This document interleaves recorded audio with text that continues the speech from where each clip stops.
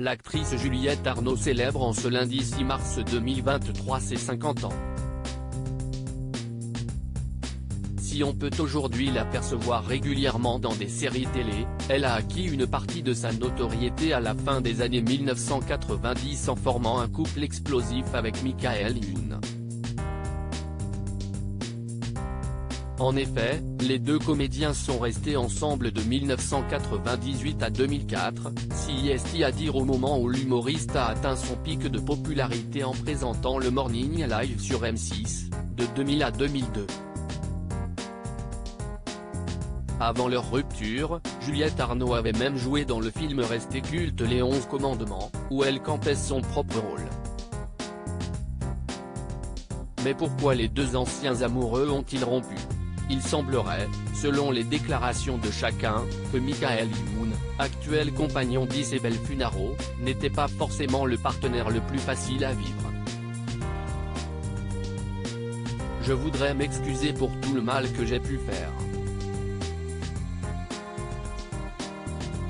J'ai même envie de dire pardon pour tout le mal qu'on a pu faire.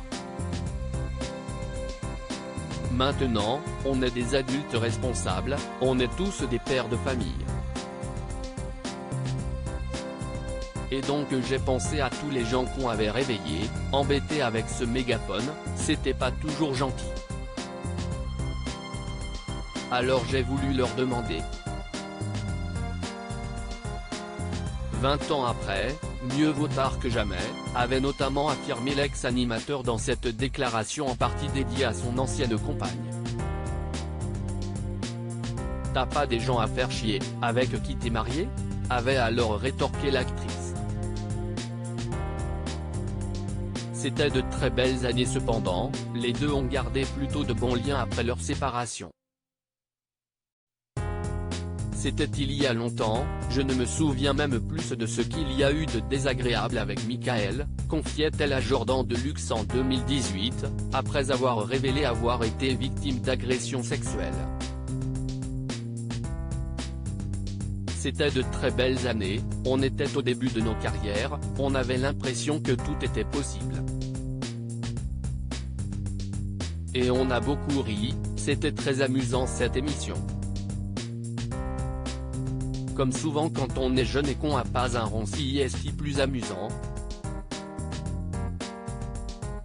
Michael a des nerfs d'acier, avait-elle déclaré, tout en précisant qu'ils s'entendaient très bien encore aujourd'hui. Preuve s'il ne fallait qu'une rupture amoureuse n'est pas forcément synonyme de la fin d'une amitié.